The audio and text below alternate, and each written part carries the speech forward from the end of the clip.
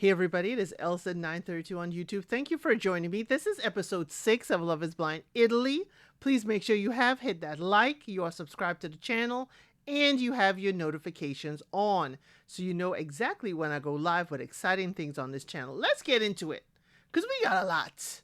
And I am invested in some of these couples, really invested. Whoever's doing production, you have me invested. So we see Parmi, he wakes up early. He takes Jurgana to work. She says she really wants to marry him because of this. Alessandro B makes breakfast for Yoni. And Alessandro A and Elisa are at the gym. Nicola is vacuuming up the household. And Georgia is home alone doing the laundry. We see Elisa's home. Her dog is there. She has a big dog. I'm a fan of big dogs. I have medium-sized dogs, but I'm a fan of big dogs. So apparently the dog slept on the bed while he was at home with the girlfriend that was staying there. So I'm wondering, what's going to happen? What's going to happen? Is the dog going to sleep on the bed in their new place? I have seen dogs wreck some relationships on these reality shows, okay? She said she was with a man, Elisa, that she was going to marry, but he disappeared after she was sick in the hospital. That is devastating. To see that when you needed that person the most, that they walked out on you, that is devastating. I feel for Elisa. Now, the friend does say that she spoiled the dog. Okay, she had food there all day, and she also was giving him some treats. Now, Elisa is getting mad and because she cannot find her things. The friend has moved things all around. Apparently, it looks like she moved the furniture to her likings and she'll be staying there for weeks on end. And I'm like, how will she feel when he moves over to her place or they move into their actual place and he's moving things around? I wonder, is she making room for him in her life? Now, she snapped at him when he asked if her dog can jump up in the car. He doesn't know your dog. He doesn't know the dog's capabilities. I didn't see that the dog was limping or anything. He's just a big, older dog. But why would you snap at him? But he sees residual anger from the friend moving and doing all kinds of stuff in her place that she does not approve. So he said that she's always rude and she doesn't notice it. She is mad. She can't get to hang her keys at the door when they get back at their Milan apartment. She puts it on a coffee table, told him his shoes on the coffee table are bothering her. Now, while I know you're testy, Elisa, from everything that happened for the day, I agree with you. Alessandro, your shoes should not be on that coffee table, okay? And he said he didn't like how she spoke to her friend. She was rude. She was snappy at her friend. He don't like that. The song they play is Bloody Battle of Love. Next up, we see Nicola and Karen. They have dinner. He went to work. He said it was weird coming back to work. Now, she's going to Rome tomorrow for work, but she doesn't believe his feelings for her are real. She's used to touching and feeling and more active relationship and in small gestures in the day-to-day, and she doesn't get that from him, so she doesn't feel that he actually loves her. He said, you feel if it's there or not, if it's going to be there or if it won't be. He says, if it's really hot now, then it could fizzle out later. So he wants to do it kind of like slowly so it lasts longer. He's pacing himself. Now she equates love to action. He said he cannot find a flaw in her. Even now, she's on his nerves and he loves her. Lies, lies, lies. I'm sorry. You cannot find a flaw in her? Even from that vacation? You can't find a flaw? Oh, we can sit here and talk about flaws. I can see flaws in you too. Maybe because you're hiding from your own flaws, you can't see hers. You'll put in the comments. Do you see any flaws at all? He is scared to have her meet his parents, though. They have never liked any of the women that he's ever dated. And he thinks that being a mom, his family may judge her. Now, we look at women sideways when their family says they've never liked a man that they have brought home. Now I'm going to look at you, Nicola. What kind of ladies have you brought home? Why does your family not like them? I have questions. Lots of questions. We see it's 20 days to the wedding. Yoni and Alessandro B, they do a video call with her parents. Her mom does compliment Alessandro B, and the dad wants a father-son relationship with him. This is huge progress, y'all. Huge progress. She did not expect this type of reception from her dad. She was more anxious. She's like, now there are expectations for it to go well. She is sad and she really hopes that things work out. She says she doesn't want her parents to be disappointed, and he tells her to focus on the now. He hugs her while she cries. She's now feeling a little bit of relief, but now it's turned from nerves to anxiousness. I understand, Yoni. I totally understand. We see Davide and Ludovica. He's going to a friend's house to get his house keys. Ludovica is yelling at him in the streets while they're walking. He admits that he left his house keys with a woman he was seeing before the experiment. I said, dang it. Davide, really? Really? So you truly went to this experiment not expecting to find someone? And when you did find someone, how you going to explain all this? This is a tangled web that you are weaving, Davide.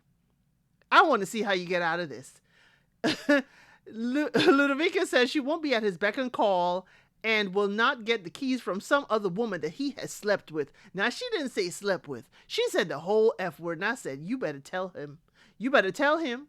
She suggests him sending someone else to get the keys. But I thought this woman was also his neighbor. So how could you avoid her, Ludovica? That's my question. Isn't a woman in his building? But she feels humiliated. Don't forget, he also has to see Nicola, Ludovica. When he started this journey with you, he also felt humiliated with the connection and everything with Nicola. I need you to also see the other side, please. Just a little bit. I'm not excusing him, okay? I'm not excusing Davide. But I need you to also see that he could have some kind of unsettling feeling too. Apparently, he said she went looking for Nicola 7 to 8 times already. I said, daggone it, how? Davide, how? Was she taking out the trash, hoping to run into him in the hallway? Okay? Hoping to run into him in the lobby of the apartment complex? But first he has to get the keys, then break up with the girl. I said, Ludovica, really? Now I understand why you hot. So he never broke up with her before he went to the pods. Davide, I'm sorry. You don't need a wedding. You need an intervention. You need a therapist couch. I'm sorry. You need to break up with that lady before anything. So you proposed to me and you never broke up with your last girl. Okay. No bueno. I'm sorry. Not happening. I'm with Ludovica, but I won't be yelling at you in the streets. I'm sorry. Okay. She, though, is tired of this, and the song they play is Silent Footsteps. It's a girl from his past, he says. He says Ludovica doesn't speak, to him while they're walking up the stairs, because he said, oh, elevator or stairs, she don't speak. She just takes the stairs. She says when she gets angry, she explodes, and he triggers her with this whole situation. He says he's not here to jerk her around. He does have a past, and he wants to talk before packing. He doesn't want to jerk her around, especially since she's so important to him. He needs to prove that there's no more situations like this and no more drama. But they do pack up and go back to their apartment. Gergana and Parmi, they're enjoying the park and the day out. He says tomorrow he has to face his parents by going back to Florence. He said his woman doesn't have to be Indian for his parents, but the marriage is important. And they do have a lovely afternoon joking over their ice cream. We see Giovanni and Georgia, and they haven't had much contact according to her. They've been communicating while he's away, but not much contact. So she went back to work. She walks in and he is in the living room. He surprises her. He got her flowers and she just cries and hugs him. He says he courts by surprises. Put a pin in that. Okay? His courting is with surprises. He said he had to ask first if she would fit into his world because he ended relationships because of that before. She says, how about if you fit into my world? How about the other way around? He said his life is unconventional. He doesn't have a 9-to-5 and he lives differently. Remember, y'all, he works in nightlife. He's an event coordinator. And I know those events could happen like all times of night into the next day. And I could see him as being a proper host. She is blindsided. He planned the surprise and, would only talk about this like hard topic. He wants to live in the country in a castle and to have festivals in the forest. I'm wondering if this was lost in translation. If you know Italian, let me know. because it sounds like it was lost in translation. He said that all of this with her is BS when she says she is willing to give up her work life for him or for his dream. The castle apparently is supposed to be a bed and breakfast place, and he wants his entire family to run it. He thinks it's impossible for her to have her career and run the place with him. She's saying that he is projecting his insecurities because she is focused on having her kid, having her family. She will give up her career. He said having a kid will be years from now. How many years, Giovanni? I hate to be indelicate, but Georgia is 35 years old. How many years? He said he will have to give up his dream to follow hers because if she isn't all in on his dream, he will have to do a lot more on his own. They argue, y'all. And sir, this is your dream. Yes, it's your dream to have your wife help in a capacity, but maybe you need to hire staff to help with that dream. Maybe she doesn't need to be all in and be your staff. So she feels that he wants someone to give up their life just to live out his dream and do what he wants her to do. Now he wants her, and he tells her that he has 10 employees under him, so he has more responsibilities. And she feels like he is undermining her job. He says she's acting like a child, she's lashing out like a child, and acting very Georgia-centered. Now she tells him he's being disrespectful, and he calls her a liar for saying that he said that her job was less important. No, you didn't say that, Giovanni. You did not say her job was less important, but you implied it. You implied that you were more important. You got 10 employees under you. You said, well, what do you have? I have responsibilities. It sounded like that, okay? He told her to stop lying, and she has to tell him to stop talking. I was like, girl, you better tell him. You better tell him. And why are you here, Giovanni, with flowers and everything just to argue? She thinks he's looking for excuses to end things and also says that the relationship ends here. He says, you know what? Warriors fight. They fight, but, they shouldn't just flush it all down the drain. Don't flush the whole relationship down. We move on to Nicola. He went to go home to see his family. His parents are old-fashioned, so they are worried. And he is worried that they may not take it well. Later on, we see him getting back into his car. His family did not want to be filmed. They don't believe he can develop strong feelings in this short space of time. So he decided not to tell them that Karen has a son. This may bring up more issues and concerns for the family. They will not come to the wedding or be filmed. I said, daggone it, Nicola. Even though I don't like your behavior at times, I feel like they should at least be there to support you. He doesn't want to ruin the relationship with his family and unsure of what to do. We see it's 19 days before the wedding. We see Parmi goes to see his family, okay? We heard that his dad came to Italy alone and has since opened up 3 restaurants, married his mom, had the kids. The dad also insisted on his children having an education. So we sit down with mom, dad, and brother Johnny, okay? He explains the process to them. Dad says, at no point have y'all gotten to really know each other. Parmi does explain, yes, it's less time. The wedding is in 3 weeks. And dad said, it ain't enough time. Marriage is hard. This ain't enough time. Mom does ask about Jordana. And the brother says, let's get to know her. Let's see what happens. Let us reserve judgment. Next, we see Jordana is at her parents' house. Her dad is still away. And, her dad came first to Italy. And she feels, kind of like she doesn't want to disappoint them. She feels like she owes them. Mom asks, why are y'all worried about the parents? This is y'all life. But mom is very, very glad that Parmi seems to be well-mannered. She thinks Parmi will get along with the parents, but it seems like, can they get past the ideology of him being of a different ethnicity? So we still have that there. But mom seems very welcoming and open, so I'm not so sure about all the stuff Jordana said, or is this just for us on TV? We see Alessandro B. and Yoni. He goes to the ice cream shop, shows her around, and meet his business partner and friend. His friend is like family. His friend agrees that to be the best man and is happy for him, and is shocked by the whole situation, but is definitely happy for them. We see Ludovica and Davide. They are walking, and he asks if they should buy a bike. She's upset, y'all, because he keeps bringing up the fact that she never learned how to ride a bike. Now, he has said he will teach her. Now, put a pin in that, because later on we see Davide riding a motorcycle. Now I understand why for him, the whole riding a bike thing is an issue, or he is pushing it because he probably wants her to ride the bike with him. But she is sick of arguing, and the worst version of herself is coming out with him. And he doesn't feel like there's much, it doesn't take much to get her upset. She wants them to be a couple and growing together.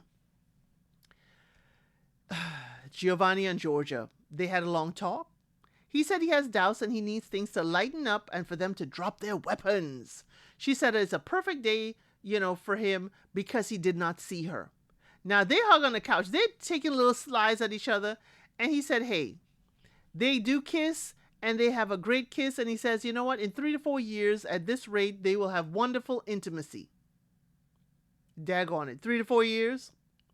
You don't like that woman. Just say you don't like that woman. Some things don't fit in their lives, okay? She says she is going, she's going to sleep in her bed and she won't wait up for him. I'm like, is he in the bed now? The way you make it seem like he's not on the couch anymore. I don't know. But these two are just grating each other's nerves. Y'all just need to call it quits and just go away.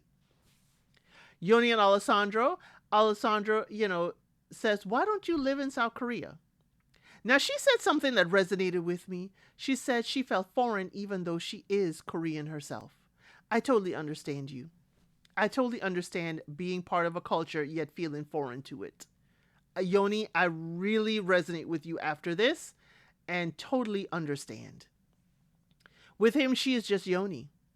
And she also goes on to say that she wishes to have their first child in 3 years. He talks about organizing his living space to make room for her. She says, if we're getting married. He's like, yes, if he shouldn't get ahead of himself, but he is excited to marry her. We see 17 days till the wedding, Jurgana and Parmi. 2 days away. He spent 2 days away. He missed her a lot. Her mom was relaxed about it, but didn't tell about the wedding or the ethnicity. Okay? So you didn't tell your mother everything, huh, Jurgana? He said, well, I told my parents everything. She was shocked. She was shocked. I would have been shocked too if I didn't know already. He says he is betting on them meeting her and that it'll be okay. And they don't know if they will come to the wedding though. He said he's, better and he's gotten over it. And it's better that he's told his parents everything. He feels lighter. He seems lighter. Okay. Now, she says her parents' opinion mean a lot to her. And she will say yes at the altar because she wants to marry him. Okay, Jurgana, I'm wondering the same thing. I hope you do want to get married to him. Y'all look so good together and y'all are building on what we see on the television. We don't see much issues, but that doesn't mean there aren't any. Karen and Nicola, she went to Rome alone and came back with her dog, cute doggy in the backpack. Doggy got shoes too, y'all. And she wanted a few more texts from Nicola.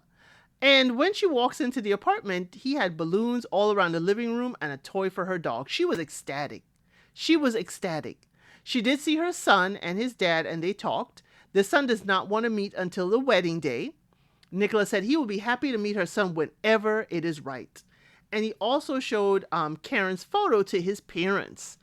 The mom is glad he's happy and can't wait to meet Karen. But he lied, y'all. Nicola lied to put her at ease. His parents are not liking this wedding.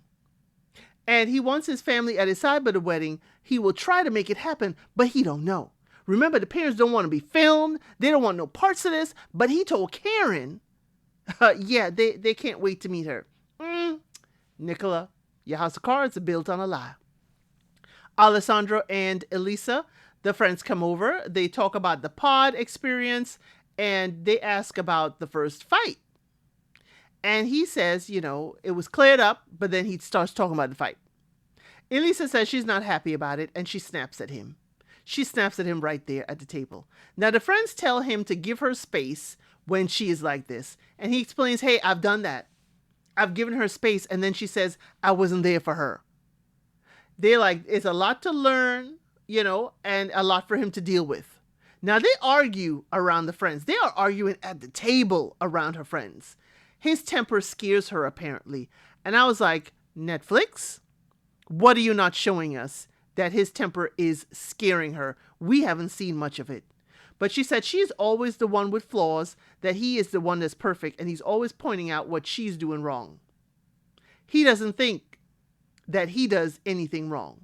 Now the friend said, he is embarrassing you in front of us. That does not bode well. Don't embarrass your partner in front of others. He wanted to control the situation. The friends are going on about this, that he seems very clever, that he wants to be looked at as the good guy. Now the friends are saying this, Netflix, what else are you hiding from us?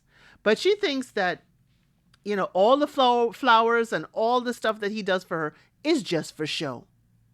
He says he felt like Morocco was the best time for them. He's never faked it with her, and he wants to be with her.